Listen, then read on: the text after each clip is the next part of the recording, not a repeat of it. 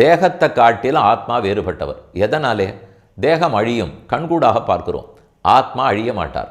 தேகத்துக்கு உடம்புக்கு அறிவு கிடையாது, ஞானம் கிடையாது. ஆத்மா அறிவே உருவானவர். இந்த பெரிய ரெண்டு வேறுபாடுகள் இருக்கும்போது இந்த உடலே நான், இந்த உடலே நான் சொன்னால் அது இல்லவே இல்லையே. நான் வார்த்தைப்பாடு கூட எப்படி பேசுகிறேன்? என்னுடைய தலைன்னு தான் சொல்லுகிறேன், நான் தலைன்னு நான் சொல்கிறேன், என் கைன்னு தான் சொல்கிறேன், நான் கை நான் சொல்லுகிறேன், நான் நடக்கிறேன்னு சொல்லுகிறேன், உடம்பு நடக்கிறதுன்னு நான் சொல்லுகிறேன். அதனால நான்கிற ஆத்மா இந்த உடலை கர்மத்தினாலே எடுத்து கொண்டு இருக்கிறார். இந்த கர்மத்தின் பலத்தை அனுபவிக்க, புண்ணியத்தின் பலமாய் இன்பத்தையும் பாவத்தின் பயமாய் துன்பத்தையும் அனுபவிக்க உடற்பிறவி எடுத்திருக்கிறோம். இது தேவையில்லை. இந்த பிறவிகளை நிறுத்தலாம், பிறப்பு இறப்பு சுழற்சியை போக்கடிக்கலாம். இந்த உண்மை தெரிந்தால் விழித்தோம்னு அர்த்தம்.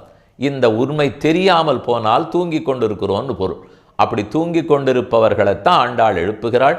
கண்ணனே தூங்கிவிட்டார், ஆண்டாளிடத்தில் பொறுப்பு கட்டிவிட்டோம், இனிமே உபதேசிப்பதை அவள் பார்த்து கொள்வார் என்று கண்ணன் தூங்கினாலும் ஆண்டாள் எழுப்பி விடுவாள், நாம் தூங்கினாலும் எழுப்பி விட்டாள்.